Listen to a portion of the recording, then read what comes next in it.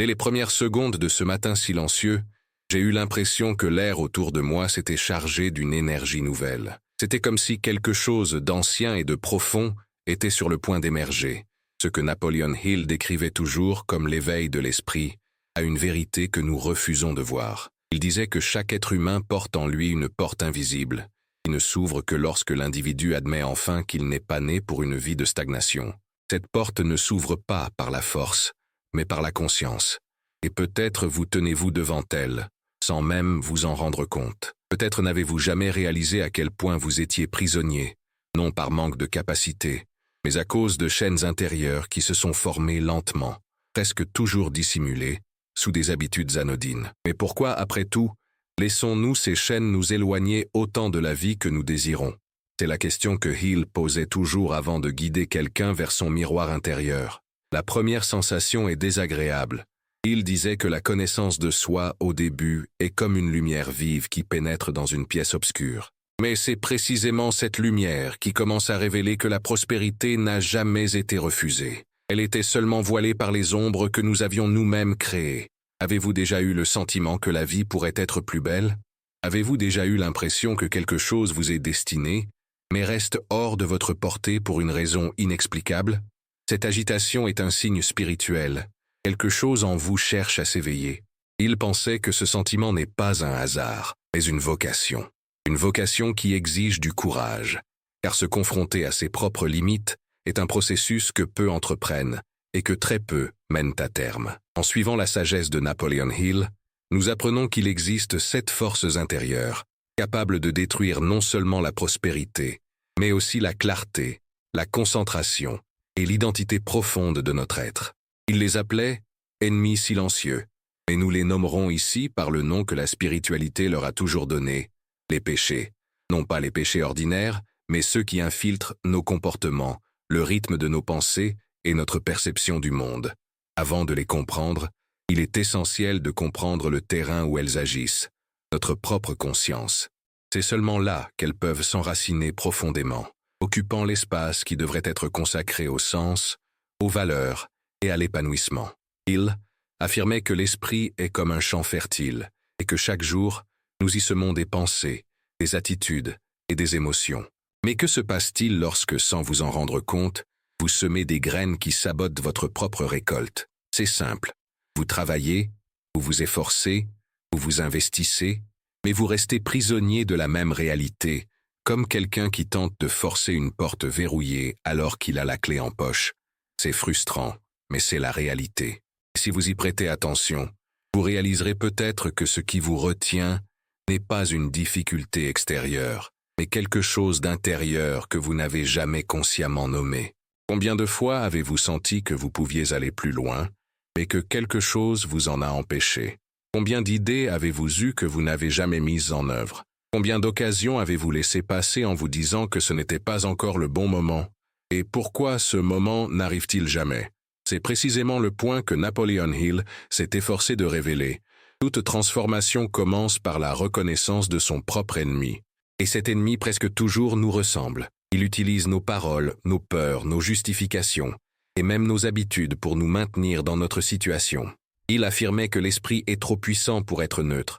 Soit il œuvre pour nous, soit il nous nuit. Il n'y a pas de juste milieu. La prospérité ne se manifeste que lorsque le désir, la discipline et l'action sont en harmonie. Lorsqu'un seul de ces éléments est saboté, toute la structure interne se désorganise. Et c'est alors que naît l'illusion la plus dangereuse qui soit, le sentiment que la vie est au point mort à cause des circonstances, alors qu'en réalité, elle est au point mort à cause de blocages invisibles que nous avons acceptés comme normaux. Et vous vous demandez peut-être où se cachent ces ennemis. Ils le savaient, ils se dissimulent dans nos petites habitudes, nos petits choix, les petites concessions que nous faisons au quotidien.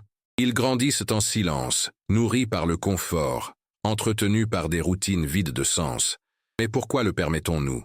Pourquoi continuons-nous à nous saboter, même lorsque nous savons que nous aspirons à plus? La réponse, selon Hill, réside dans un point simple et profond. Les êtres humains craignent leur propre pouvoir. Craindre son propre pouvoir, c'est craindre la responsabilité, la croissance, la discipline et surtout, l'impact que notre vie peut avoir lorsque nous décidons enfin de nous éveiller. Et c'est pourquoi beaucoup restent stagnants, même lorsqu'ils souhaitent aller de l'avant. Tout au long de ce parcours, Napoleon Hill nous guidera à travers les 7 péchés qui façonnent ou détruisent la prospérité. Des péchés qui épuisent l'énergie vitale, qui annihilent l'identité, qui affaiblissent l'esprit et qui nous ferment des portes. Mais avant de les affronter, il vous faut reconnaître que vous tenez encore la poignée de cette porte invisible d'une main tremblante. Et maintenant, presque sans vous en rendre compte, vous êtes sur le point de la tourner. Mais êtes-vous vraiment prêt à affronter ce qui se trouve de l'autre côté? Êtes-vous prêt à découvrir que ce n'est jamais le talent qui vous a manqué, mais la lucidité? Que ce n'est jamais l'opportunité qui vous a manqué, mais la direction? Que ce n'est jamais la grâce qui vous a manqué, mais le courage? Napoleon Hill disait que le premier pas vers la transformation est toujours le plus discret, mais aussi le plus décisif, et vous venez de le franchir. Cependant, le suivant est inévitable, et bien plus profond, car maintenant que la porte s'entr'ouvre, vous ne pouvez plus faire comme si vous ne la voyiez pas. Dans l'instant qui suit, vous découvrirez le premier grand ennemi qui a entravé votre prospérité depuis le début. Un ennemi que vous connaissez bien, même sans l'avoir nommé, et lorsqu'il sera révélé, plus rien ne sera comme avant. Êtes-vous prêt à aller de l'avant? Car à partir de maintenant, il n'y aura plus de retour en arrière. Napoleon Hill disait que les plus grands obstacles de la vie ne surgissent pas d'un coup d'éclat, mais s'installent insidieusement, comme la poussière accumulée au fil des jours. On ne les remarque pas quand ils arrivent, mais on s'en rend compte lorsqu'ils ont déjà envahi notre monde intérieur. En observant votre routine, vous pourriez remarquer des signes qui ont toujours été là. Cette sensation de fatigue qui vous envahit avant même de commencer, ce malaise silencieux de savoir que vous auriez pu faire plus hier, cette tension de porter une vie qui semble toujours avoir un temps de retard. Ces symptômes ne sont pas normaux, ce sont des signaux d'alarme. Il affirmait que l'esprit s'exprime à travers ces petits désagréments, essayant de nous avertir qu'il y a un déséquilibre. Et combien de fois avez-vous ignoré ces signes, pensant qu'il s'agissait simplement d'une journée difficile de plus? Il affirmait que le quotidien est le laboratoire le plus authentique de la vie. C'est là que se révèle notre degré de maîtrise de nos choix, ou au contraire, notre capacité à les subir. Prenez l'exemple de votre matinée. Combien de fois le réveil a-t-il sonné alors que vous aviez déjà commencé la journée à négocier avec vous-même? Encore 5 minutes. Et ces 5 minutes se transforment en 20. Le corps se lève mais l'esprit est déjà en retard. Ou encore ce moment où vous vous promettez, une fois rentré, de faire enfin cette chose que vous repoussez depuis des semaines, mais où la fatigue l'emporte, la distraction l'emporte, l'habitude l'emporte. À cet instant précis, il s'approcherait, poserait sa main sur votre épaule et vous demanderait « Qui est aux commandes? Vous ou cette habitude qui vous détourne de votre chemin ?» La vérité, c'est que les péchés qui entravent la prospérité ressemblent rarement à des monstres. Ce sont plutôt de petites décisions, presque imperceptibles, que nous prenons chaque jour. Et c'est là que le premier se révèle plus clairement dans la vie quotidienne. La procrastination a peut-être été la porte d'entrée de bien d'autres. Imaginez le nombre de projets que vous avez déjà remis à plus tard, le nombre d'idées précieuses restées enfouies dans le silence de votre esprit, le nombre d'opportunités manquées parce que vous pensiez qu'une autre se présenterait. Il nous a avertis. Le temps n'est pas ce qui passe, mais ce que nous laissons passer. Et lorsque nous laissons trop de choses passer, nous perdons bien plus que des heures. Nous perdons notre identité. Mais pourquoi agissons-nous ainsi, même en sachant que nous nous sabotons? Voici le piège le plus dangereux. Les péchés intérieurs se dissimulent sous un voile de soulagement. La procrastination procure un repos illusoire. Le désir vide engendre un plaisir illusoire. La peur, déguisée en prudence, apporte une sécurité illusoire. C'est ainsi qu'il reste si longtemps inaperçu. Et pendant ce temps, la vie continue. Chaque jour, vous voyez quelqu'un réaliser ce que vous désirez. Quelqu'un qui crée une entreprise, quelqu'un qui change de carrière, quelqu'un qui rompt enfin avec ses habitudes. Et vous ressentez une étrange oppression, un mélange d'admiration et de frustration. Il disait que ce sentiment est spirituel, un rappel que vous n'êtes pas né pour observer la vie des autres, mais pour construire la vôtre. Or, avant de construire, il faut détruire les structures intérieures qui vous retiennent. Vous vous souvenez peut-être d'un simple moment de la journée, comme celui où vous ouvrez votre armoire et réalisez que vous y gardez des vêtements que vous n'avez pas portés depuis des années. Cela paraît absurde, et pourtant, vous les gardez. Il expliquait que l'esprit fonctionne de la même manière. Nous accumulons de vieilles pensées, des croyances obsolètes, des schémas usés. Ils ne nous servent plus, mais nous les laissons là. Et tout comme une maison encombrée d'objets inutiles crée un désordre visuel, un esprit encombré de pensées parasites crée un désordre spirituel. Comment alors espérer la prospérité si votre espace intérieur est rempli de choses qui vous épuisent? Combien de décisions importantes n'avez-vous pas pu prendre à cause de ce poids invisible? Il a également affirmé que chaque choix révèle quelle force domine votre vie, le sens ou le désordre. Observez simplement votre routine. Lorsque vous prenez votre téléphone portable pour la 10e fois de la journée sans raison, ce n'est pas le téléphone qui vous appelle, c'est l'habitude qui vous contrôle. Lorsque vous promettez de commencer quelque chose demain, ce n'est pas de la planification, c'est de l'évasion. Lorsque vous dites manquer de motivation, c'est faux, c'est de l'auto-sabotage dissimulé. Et pourquoi tout cela arrive-t-il si facilement? Parce que c'est confortable, parce que c'est prévisible, parce que cela ne demande pas de courage.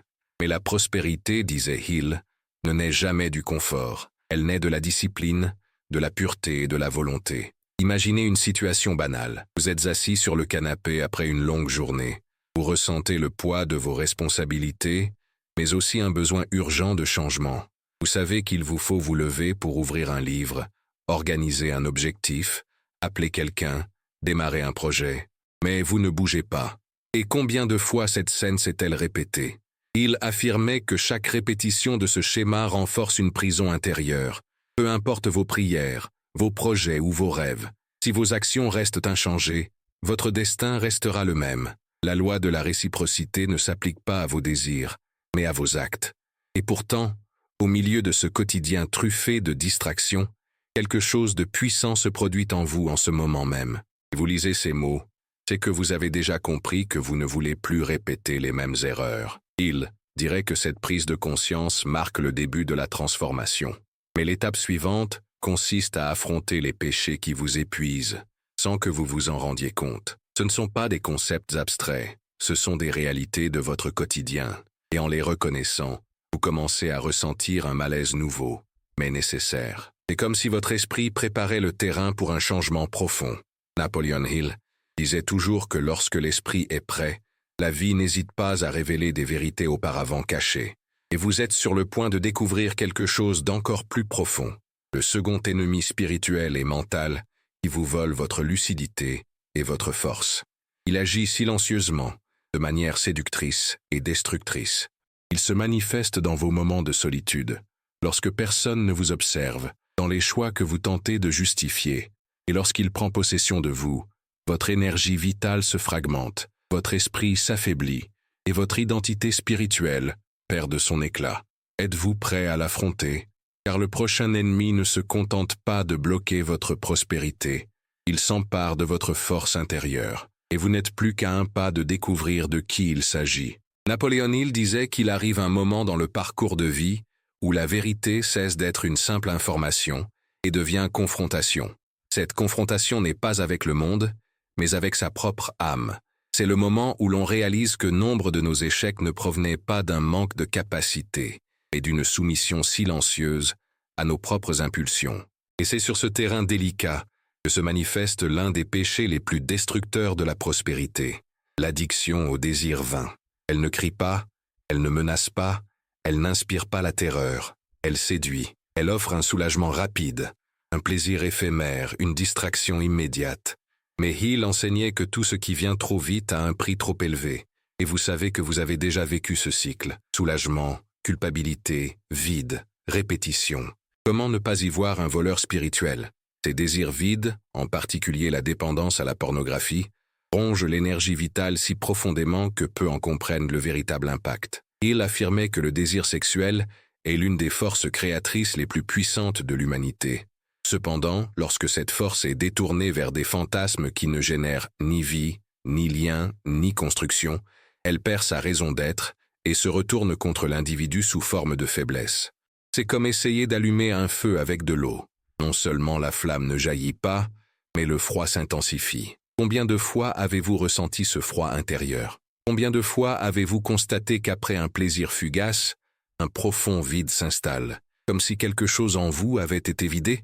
Cette fatigue n'est pas émotionnelle, elle est spirituelle. Il soutenait que l'esprit humain vacille lorsque le désir est assouvi sans intention. La répétition de ce comportement crée une faille dans l'identité.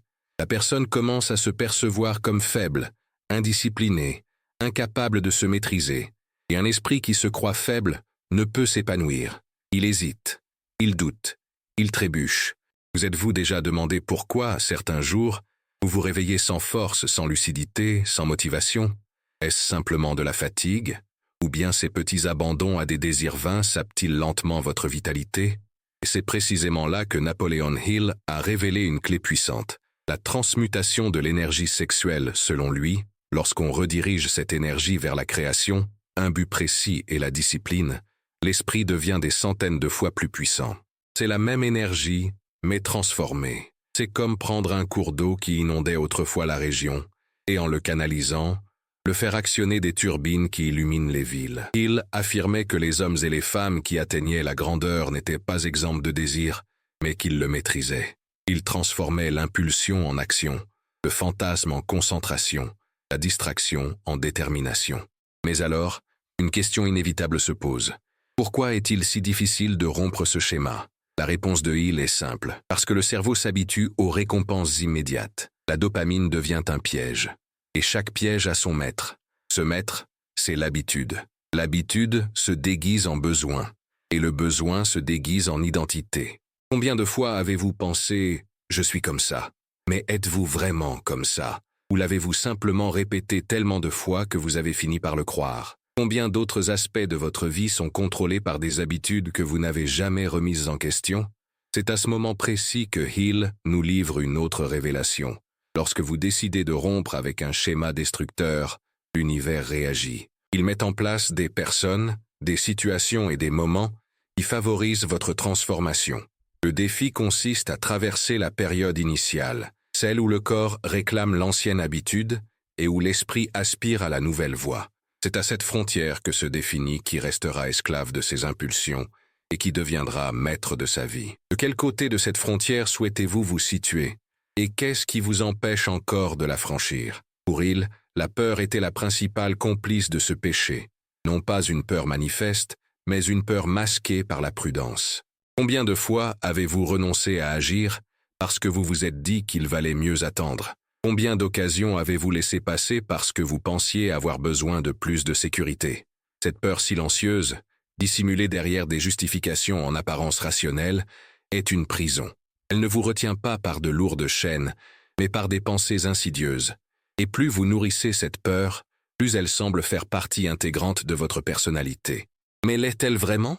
Ou n'est-ce qu'un autre mensonge intérieur que vous avez répété tant de fois, il est devenu une vérité à vos yeux?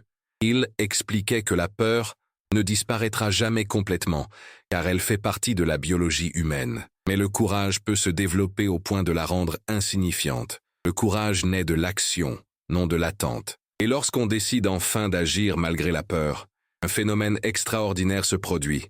Notre cerveau commence à comprendre que nous sommes plus forts que nos impulsions, plus forts que nos doutes, plus forts que nos excuses.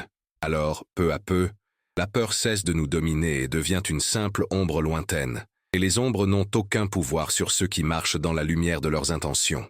Dans cette démarche, il insistait toujours sur une pratique essentielle, le silence productif. Ce silence n'est pas l'absence de son, mais la présence de la conscience. C'est le moment où l'on se déconnecte du bruit extérieur pour écouter sa voix intérieure. Il affirmait que c'est dans cet espace que naissent les idées précieuses, la clarté et la force de se libérer des addictions et des schémas destructeurs. Vous êtes-vous offert ce silence ou l'avez-vous fui? Combien de transformations avez-vous reportées faute d'avoir pris le temps de vous écouter? Vous savez désormais que les péchés qui entravent la prospérité ne sont pas de simples choix superficiels. Ce sont des conflits intérieurs qui exigent un courage spirituel. Si vous êtes arrivé jusqu'ici, c'est que vous êtes déjà en train de vous éveiller. Vous cessez de vivre en pilote automatique. Vous examinez votre âme avec sincérité. Et cela demande de la force. Mais sachez ceci, ce n'est que le début. Le péché suivant est encore plus subtil, plus trompeur, plus séduisant. Il se déguise en responsabilité, en attention, en prudence. Mais au fond, c'est du sabotage pur et simple. Et lorsqu'il prend le dessus, il détruit les opportunités avant même que vous ne vous en rendiez compte. Avant de continuer, veuillez procéder comme suit. Abonnez-vous à la chaîne pour continuer à me suivre dans ce cheminement de transformation. Car vous êtes sur le point d'affronter un ennemi qui agit dans les recoins les plus sombres de votre esprit. Et lorsqu'il sera révélé, bien des aspects de votre vie prendront sens pour la première fois. Préparez-vous, l'étape suivante est trop importante pour être ignorée. Napoleon Hill disait qu'il existe dans la vie des moments où la réalité semble se plier à ses désirs, révélant des vérités qui ont toujours été là, mais qui ne deviennent visibles qu'à présent. Ces moments surviennent généralement suite à un événement inattendu, presque impossible à prévoir. Il racontait lui-même des histoires de personnes ayant trouvé leur voie grâce à des circonstances improbables, une conversation anodine devenue une opportunité, un échec devenu un tournant, une perte ouvrant la voie à une nouvelle identité. Il insistait sur le fait que rien de tout cela n'était dû au hasard. Pour lui, les coïncidences témoignent simplement d'un esprit enfin en harmonie avec son but.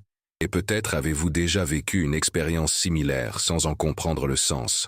Souvenez-vous de cette période où tout semblait aller de travers. Peut-être une perte d'emploi, une rupture, un projet qui a échoué. À ce moment-là, la douleur était accablante. La confusion s'installait et la peur prenait le dessus. Mais avec le temps, un phénomène curieux s'est produit. Une porte s'est ouverte, une opportunité inattendue s'est présentée, une force intérieure a renaît. Il disait que chaque épreuve recèle en elle le germe d'un bienfait équivalent. Il ne s'agit pas simplement de motivation. C'est une loi spirituelle. Ce qui vous paraît une perte aujourd'hui pourrait être une libération demain. Ce qui vous pèse aujourd'hui pourrait vous propulser vers l'avant-demain.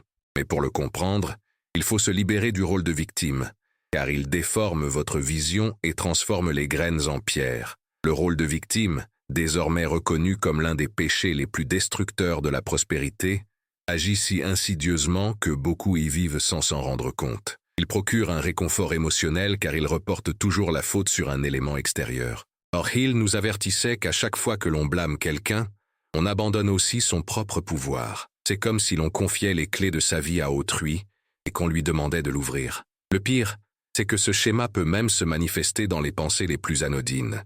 Si j'avais plus de soutien, si les choses étaient plus faciles, si quelqu'un pouvait m'aider.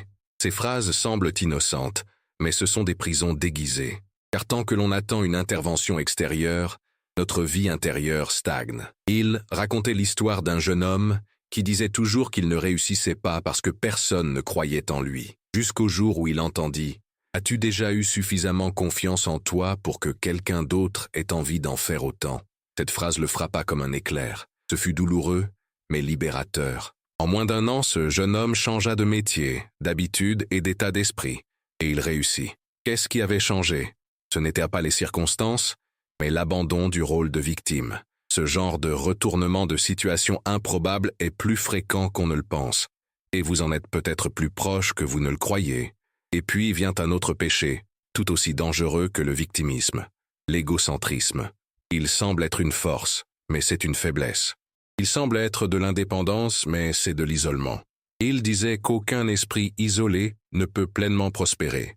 Les plus grandes réalisations du monde sont nées d'alliances, d'échanges, de collaborations, ce qu'il appelait le mastermind. Les gens s'unissent autour d'un objectif commun, partagent leur énergie intellectuelle et créent quelque chose d'impossible à réaliser individuellement.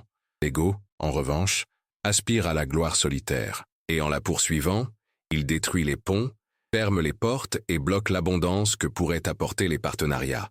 Combien d'occasions avez-vous manqué parce que vous pensiez pouvoir ou devoir tout faire seul? L'égocentrisme engendre aussi une dangereuse distorsion. On en vient à croire que la prospérité consiste à accumuler pour soi-même. Or, Hill enseignait exactement le contraire. La véritable prospérité s'accroît lorsqu'on devient une source de valeur, et non lorsqu'on en devient un réceptacle. Ceux qui donnent de la valeur se multiplient. Ceux qui en retiennent s'aigrissent. Et cela se vérifie même dans des faits apparemment improbables. Avez-vous remarqué que certaines personnes, malgré leurs faibles ressources, sont toujours entourées d'opportunités, tandis que d'autres, malgré leur richesse, vivent dans une pénurie émotionnelle, relationnelle et spirituelle? La différence réside dans la circulation. Ceux qui donnent reçoivent, ceux qui se replient sur eux-mêmes s'assèchent. Au milieu de tout cela, un autre ennemi silencieux fait son apparition. L'ingratitude. Il affirmait qu'il ne s'agit pas seulement d'un manque de reconnaissance, mais d'un manque de vision. Les ingrats ont le regard tourné vers ce qui manque, et non vers ce qui existe déjà. Cela affecte leur système réticulaire activateur, le filtre cérébral qui détermine ce que l'on perçoit et ce que l'on ignore. Si l'on se concentre sur l'absence, on ne verra que l'absence. Si l'on se concentre sur le problème, on ne trouvera que des problèmes. C'est pourquoi des personnes vivant dans le même environnement, dans les mêmes conditions, perçoivent des mondes totalement différents. La différence réside dans ce que leur regard spirituel a été formé à chercher. Il raconta sa rencontre avec un homme qui se plaignait sans cesse de la vie. Il disait que rien n'allait jamais bien. Il lui demanda alors de lister tout ce qui fonctionnait et non ce qui n'allait pas. L'homme résista, mais finit par écrire. Finalement, il réalisa qu'il avait plus de 20 raisons d'être reconnaissant et qu'il les ignorait toutes. Ce simple exercice changea le comportement de cet homme en moins d'une semaine. En moins d'un mois, ses résultats s'améliorèrent. En moins d'un an, sa vie changea. La gratitude n'est pas un sentiment, c'est un outil spirituel. Et l'ingratitude est une porte fermée de l'intérieur. Lorsque nous combinons victimisation, ego et ingratitude, nous créons les conditions idéales pour saboter notre propre prospérité. C'est pourquoi tant de personnes, malgré leur potentiel et leurs opportunités, stagnent. Et c'est précisément pour cette raison que Hill a consacré tant de temps à enseigner que l'ennemi le plus dangereux est celui qui nous ressemble. Il se manifeste dans nos justifications, nos mécanismes de défense émotionnelle, nos récits répétitifs. Il se loge dans les recoins de notre esprit où nous ne regardons jamais, mais où tout se décide. Mais voici le point le plus surprenant. Lorsque vous commencez à percevoir clairement ces schémas, ils perdent presque instantanément leur pouvoir. La conscience spirituelle modifie votre chimie mentale, vos décisions et votre destin. Et cette conscience naît dès maintenant. Vous voyez déjà ce que vous ne voyiez pas auparavant. Vous reconnaissez déjà ce que vous ignoriez. Vous ressentez déjà ce que vous ne perceviez pas auparavant. Il disait que c'est le moment le plus dangereux et le plus puissant du voyage, car il est désormais impossible de revenir en arrière. Le prochain péché auquel vous serez confronté est encore plus profond. Il ne se contente pas de vous voler votre énergie ou votre identité. Il vous vole votre vision de l'avenir. Il anéantit vos projets, étouffe vos aspirations et paralyse vos rêves avant même qu'ils ne soient pleinement réalisés. Il agit dans le silence de l'esprit, dissimulé sous les apparences de la logique et d'une prétendue maturité. Et lorsqu'il prend le dessus, même les personnes les plus intelligentes, talentueuses et dévouées finissent par vivre bien en deçà de leur potentiel. Préparez-vous. À partir de maintenant, le voyage devient plus intense, car vous êtes sur le point d'affronter un ennemi intérieur qui a peut-être façonné votre vie pendant des années sans que vous vous en rendiez compte. Napoléon Hill disait qu'avant toute grande transformation, la vie présente toujours une sorte de tempête intérieure, et cette tempête ne se lève pas pour détruire, mais pour révéler ce qui a encore besoin d'être purifié. Peut-être traversez-vous une période semblable en ce moment. Une phase de confusion, d'incertitude, un sentiment de retard, comme si quelque chose était sur le point de changer, sans toutefois pouvoir le définir précisément. Il expliquait que cela se produit lorsque l'esprit commence à rompre avec de vieux schémas. La rupture est douloureuse, car elle déracine des racines invisibles. Mais, simultanément, elle éveille une clarté qui semblait auparavant inaccessible. Et c'est dans cet état de vulnérabilité que se manifeste l'un des péchés les plus dangereux. L'habitude de vivre pour plaire au monde extérieur en abandonnant sa propre vérité intérieure. Ce péché est silencieux. Il naît de la peur de l'échec, de la peur de décevoir, de la peur du rejet. Il se nourrit de comparaisons incessantes. Vous observez la vie des autres, vous mesurez votre valeur à l'aune de leur réussite et vous tentez de vous conformer à des schémas qui ne vous sont pas destinés. Il disait que la comparaison est le voleur d'authenticité et que personne ne prospère en essayant de copier le destin d'autrui. Pourtant, combien de fois avez-vous renoncé à prendre une décision parce que vous vous demandiez ce que les autres penseraient? Combien d'opportunités avez-vous laissé passer par peur du jugement? Combien de fois vous êtes-vous rabaissé pour ne pas déranger? Cette soumission émotionnelle semble être de la prudence, mais c'est de l'autosabotage déguisé. C'est abandonner votre propre pouvoir pour que d'autres puissent définir ce que vous méritez. Et il y a quelque chose d'encore plus profond. Lorsque l'on vit en quête d'approbation, on perd la capacité d'écouter sa voix intérieure. Il affirmait que l'intuition est le langage de l'esprit, et qu'elle ne s'exprime pleinement que lorsque l'esprit est libéré des distractions extérieures. Mais si votre esprit est accaparé par les attentes d'autrui, comment percevoir la bonne direction?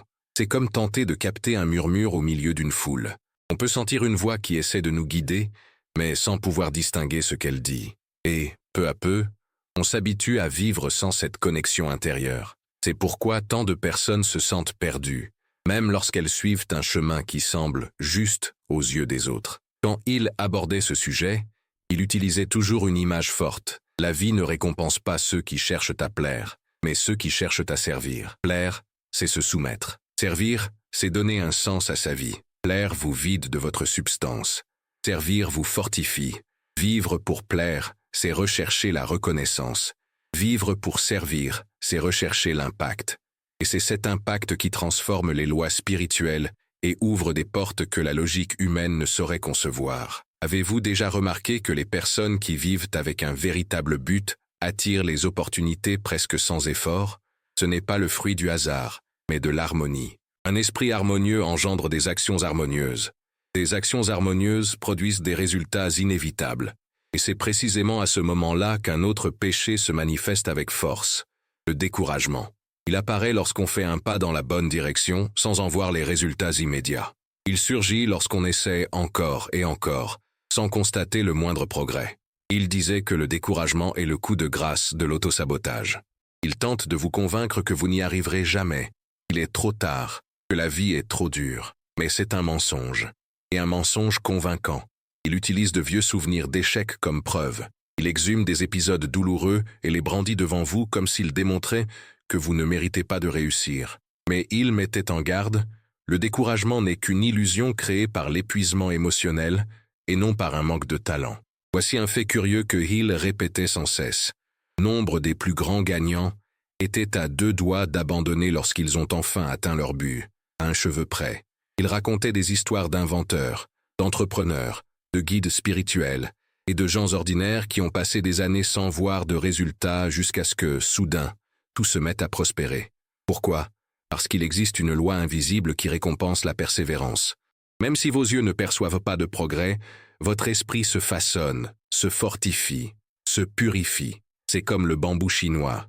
Il passe des années à développer ses seules racines, avant de percer le sol et de s'élever de plusieurs mètres en quelques semaines. Combien de fois avez-vous abandonné avant d'atteindre votre point de rupture? Et puis vient la question que Hill posait à tous ceux qui cherchaient un conseil. Que feriez-vous si vous saviez qu'en persévérant encore un peu, votre vie changerait du tout au tout? Cette question a le pouvoir de briser les résistances intérieures. Car, et si c'était vrai? Et si vous étiez bien plus près du but que vous ne l'imaginez? Et si la seule chose qui vous manquait était de persévérer un jour de plus avec discipline, une semaine de plus avec concentration, un mois de plus avec courage? Et si la différence entre votre vie actuelle et la vie que vous désirez tenait simplement à la décision de ne plus jamais abandonner? Napoleon Hill mettait également en garde contre un dernier détail concernant le découragement. Il ouvre la porte à un autre péché dévastateur, l'autodépréciation. Ce péché est insidieux. Il vous fait croire que vous êtes trop petit, trop incapable, trop en retard. Il vous fait considérer vos échecs comme des condamnations. Il vous persuade que vos erreurs définissent votre identité. Or, Hill affirmait que les erreurs ne définissent pas l'identité. Ce sont des leçons. Elles indiquent le chemin et non votre valeur. Une personne qui se sous-estime devient une proie facile pour tous les péchés précédents. La procrastination, le fait de céder à des désirs futiles, la peur de prendre des décisions, le fait de se victimiser, le repli sur soi, la perte de gratitude et la paralysie de son propre destin. Lorsque vous vous sous-estimez, votre potentiel spirituel s'amenuise, votre énergie vitale se fragmente, votre esprit perd de sa clarté, votre vision s'obscurcit. Et pire encore, vous vous éloignez de ce que Dieu a préparé pour vous. Il disait que le plus grand péché est de nier son propre pouvoir, car nier son pouvoir, c'est nier sa mission, sa vocation et sa capacité à se multiplier. La prospérité n'a jamais consisté à posséder, mais à s'épanouir. Et nul ne s'épanouit en vivant dans l'effacement de soi. Mais voici le point crucial de ce voyage. Vous n'êtes plus au même point qu'avant. Vous avez perçu des vérités que vous ne pouvez plus ignorer. Vous avez décelé des schémas qui vous étaient auparavant cachés. Vous avez compris que ces ennemis intérieurs agissent comme des ombres, cherchant à vous empêcher d'accomplir votre mission. Et maintenant, à l'instant le plus important, vous êtes sur le point d'affronter le dernier péché, celui qui domine lorsque tous les autres se conjuguent. Il agit comme un voile sur votre esprit et vous empêche de voir votre propre avenir. Il est ancien, subtil et infiniment plus puissant que vous ne l'imaginez. Et lorsque vous l'aurez enfin identifié, vous comprendrez que beaucoup de vos expériences passées prendront tout leur sens. Car le dernier péché n'entrave pas seulement la prospérité, il entrave aussi la vision spirituelle. Et c'est ce à quoi vous serez confrontés dans la prochaine étape, la dernière, avant la transformation complète. Préparez-vous. Ce qui suit est trop profond pour être ignoré. Napoléon Hill disait que dès qu'une personne prend conscience de ses ennemis intérieurs, l'univers entier se réorganise en sa faveur. Mais il existe un péché ultime, si subtil et si profond, qui agit comme un voile sur l'esprit, abandon spirituel, cet état de silence où l'on continue de vivre, mais où l'on ne croit plus vraiment en sa capacité à surmonter les obstacles. C'est comme marcher le corps présent, mais l'âme prisonnière. Il expliquait que rien ne paralyse plus une personne que de perdre de vue son propre avenir. Et peut-être, à un moment donné de votre vie, avez-vous ressenti précisément cela, un vide d'espoir, le sentiment que quoi que vous fassiez, rien ne changera. Mais ce sentiment est illusoire, ce n'est que le dernier obstacle avant l'ascension. L'abandon spirituel ne se produit pas d'un coup. Il se fait progressivement. Un rêve que l'on abandonne parce qu'on le juge trop ambitieux. Une idée que l'on met de côté par peur. Un talent que l'on cache parce qu'on ne croit plus en son épanouissement. Il disait que ce péché est cruel, car il ne détruit pas l'action. Il détruit la foi. Et lorsque la foi faiblit, la vie cesse d'être mouvement et devient répétition. On se lève, on travaille, on accomplit des tâches, mais on sent qu'au fond de soi, quelque chose est endormi. Et sans même s'en rendre compte, on commence à accepter moins que ce que l'on mérite. On s'installe dans des situations où l'on ne progresse plus. On commence à normaliser le vide, la frustration, la fatigue et le manque de sens. Mais Hill nous rappelle une vérité fondamentale. L'esprit ne perd jamais sa force, il perd seulement sa concentration. Et lorsque vous ravivez cette flamme, tout change. Il disait que l'esprit humain est comme une flamme ancestrale qui peut faiblir, mais ne s'éteint jamais complètement. Et peut-être, au cours de ce cheminement, avez-vous senti cette flamme briller à nouveau? Chaque péché révélé a dissipé une obscurité.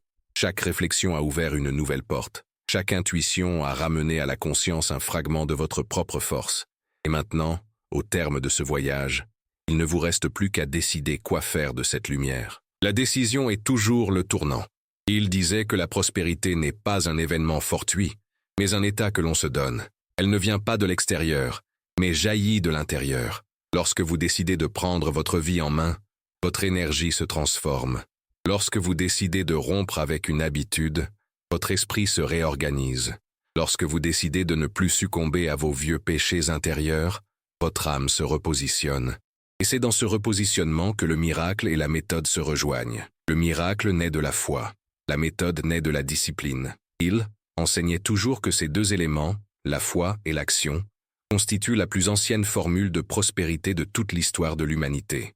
Maintenant que vous avez vu chacun des 7 péchés qui tentent de bloquer votre vie, la procrastination, les désirs vides, la peur déguisée, le victimisme, l'ego, l'ingratitude et l'abandon spirituel, la question inévitable se pose. Qu'allez-vous faire de ces connaissances? Car le savoir ne transforme pas. Seule l'action transforme. Et c'est là que votre cheminement commence véritablement.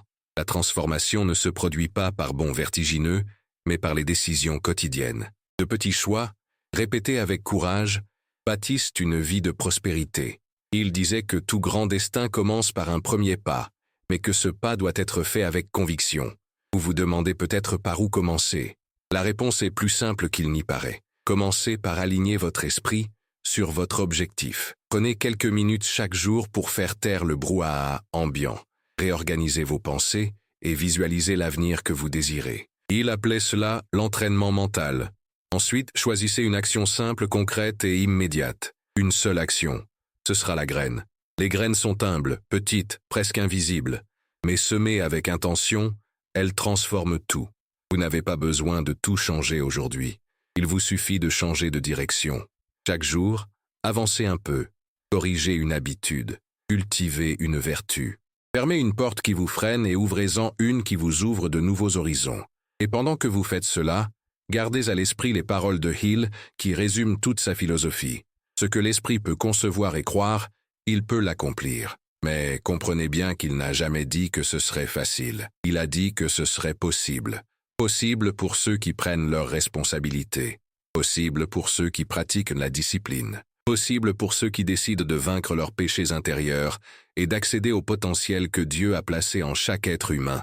Et vous êtes prêts, car nul n'arrive ici par hasard. Nul ne lit ces mots sans avoir été appelé d'une manière ou d'une autre. Votre vocation est vivante, vibrante, et aspire à être honorée. Maintenant, prenez un instant pour respirer et reconnaître. Vous avez déjà changé. Votre conscience n'est plus la même. Vous avez déjà identifié des schémas qui étaient auparavant cachés. Vous avez réalisé que votre vie était guidée par des forces intérieures qui ne reflètent pas votre véritable nature. Et lorsqu'une personne s'éveille, elle ne se rendort plus. Elle peut hésiter, avoir peur, trébucher, mais elle ne sera plus jamais prisonnière de son inconscience. C'est cette libération que Hill a toujours souhaité éveiller chez les autres. C'est cette libération qui est désormais à votre portée. À partir de maintenant, tout dépend de votre décision. Continuez à vivre comme avant ou prendre votre destin en main. Si vous choisissez la seconde option, souvenez-vous que vous n'êtes pas seul. Le chemin de l'épanouissement spirituel, mental et financier requiert une communauté, un apprentissage continu et des liens. Laissez donc ce message résonner en vous. Qu'il se traduise en pratique, en action, en mouvement, et que ce chemin se prolonge au-delà de l'instant présent. Si ce contenu vous a interpellé, cours, commentez, même anonymement, et abonnez-vous à la chaîne, cela renforce cette communauté, amplifie la portée du message et vous permet de rester connecté à un contenu qui élève votre esprit, votre foi et votre raison d'être. Votre transformation commence maintenant, et la prospérité qui vous attendait peut enfin vous trouver sur votre chemin.